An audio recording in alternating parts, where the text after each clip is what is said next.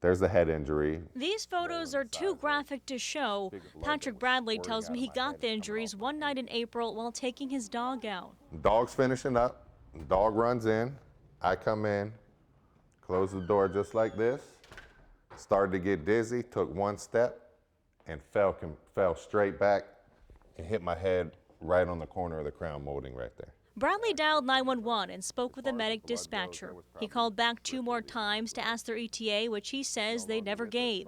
And after 43 minutes, he says an ambulance never came. And are you still bleeding? Yes. Okay. Severely. I hit my head hard on the ground. Bradley tells me he was scared. His wife, Kim, who was out of town, tells me he had to wake up family members who ended up taking him to the hospital. Doctor said he had a concussion. When you cut all his hair off, you see where they had to use the staples, and it's a little dented. On that night, Medics Executive Director John Peterson says 20 911 calls came in at the same time.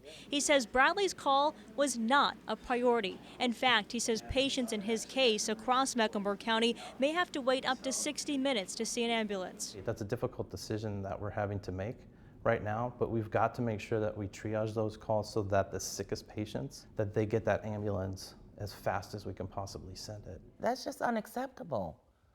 It's truly unacceptable, you know? For months, Mecklenburg EMS has been short around 70 EMTs and paramedics, which is about 19% of its workforce. The agency has faced challenges with a rising call volume, employees out with COVID, and competition among other EMS agencies for workers.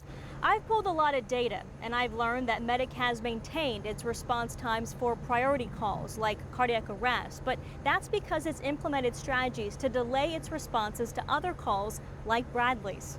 Did you tell him that you could be there under 60 minutes, that it could take an hour? No, and I think that's an area that we could improve. It is scary because every single person that calls 911 considers their 911 call urgent. Mecklenburg County Commissioner Elaine Powell is working to find solutions. She pushed for higher wages in the county's budget. EMTs now make $20 an hour, up from $16. Paramedics make $25, a bump from $20.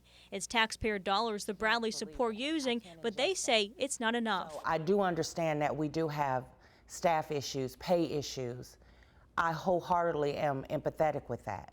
However, I can't accept that as the reason why they didn't come when he needed them. And I understand the anguish and the frustration of families that aren't responded to in time, but it's not because Medic isn't trying. Powell says the county also dished out $121,000 for a new partnership with Medic and CPCC.